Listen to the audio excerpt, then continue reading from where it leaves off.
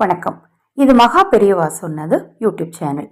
28/3/2024 பங்குனி மாதத்தின் 15ஆம் நாள் வியாழக்கிழமை, சங்கடகர சதுர்த்தி, சுவாதி நட்சத்திரம். 3 விசேஷங்கள் ஒன்றாக கூடி வரும் இந்த நாள்ல சிம்மராசி அன்பர்களே, தட்சிணாமூர்த்திய மனதார வழிபாடு செஞ்சு இந்த ஒரு வரி மந்திரத்தை இன்று இரவுக்குள் உங்களுக்கு எப்ப நேரம் கிடைக்குதோ அப்ப சொல்லி பாருங்க. உங்க வாழ்க்கையில நல்ல ஒரு மாற்றம் தட்சிணாமூர்த்தி அருளால நிச்சயமாக உண்டாகும். தட்சிணாமூர்த்தி வழிபாடும் விநாயக பெருமான் வழிபாடும் சிம்மராசி அன்பர்களுக்கு மிகச்சிறந்த பலனை கொடுக்கும். அதுவும் பங்குனி மாதத்துல எல்லா வியாழக்கிழமையிலையும் தட்சிணாமூர்த்தி வழிபடுறதும், ஞாயிற்றுக்கிழமையிலையும் சதுர்த்தி நாள்லையும் விநாயக பெருமான வழிபாடு செய்யறதும் நல்ல ஒரு பலனை கொடுக்கும். சிவபெருமானின் 64 வடிவங்களில் ஒன்றாக கருதப்படுகிற தட்சிணாமூர்த்தியை தென் திசை கடவுள் அப்படின்னு சொல்றோம்.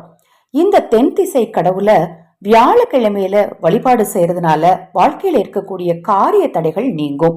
சிம்மராசி அன்பர்கள் இன்று ஓம் நமோ பகவதே தட்சிணாமூர்த்தியே நமோ நமக எனும் மந்திரத்தை கையில கொண்டைக்கடலையை வச்சுட்டு சொல்லுங்க.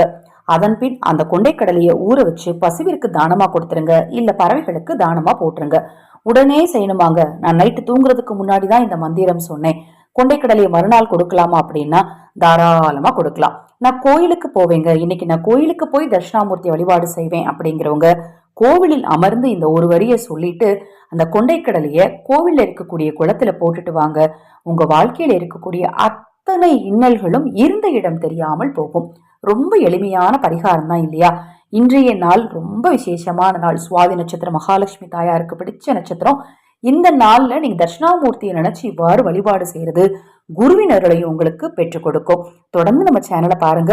நான் சொன்ன பதிவுல ஏதாவது சந்தேகம் இருந்தாலும், பிரபஞ்சத்தின் பேரருள் கிடைக்கும் மனவளக்கலை பயிற்சியில நீங்க இணைந்துக்கணும்னு விரும்பினாலும் 9344692042 இந்த வாட்ஸ்அப் எண்ணுக்கு தொடர்பு கொள்ளுங்க. அதை பற்றிய தெளிவான விளக்கம் கொடுக்கிறேன். ஹரஹர சங்கர ஜெய ஜெயசங்கர. மகாபெரிவா திருவடிப்பாதம் சரணம் சரணம்.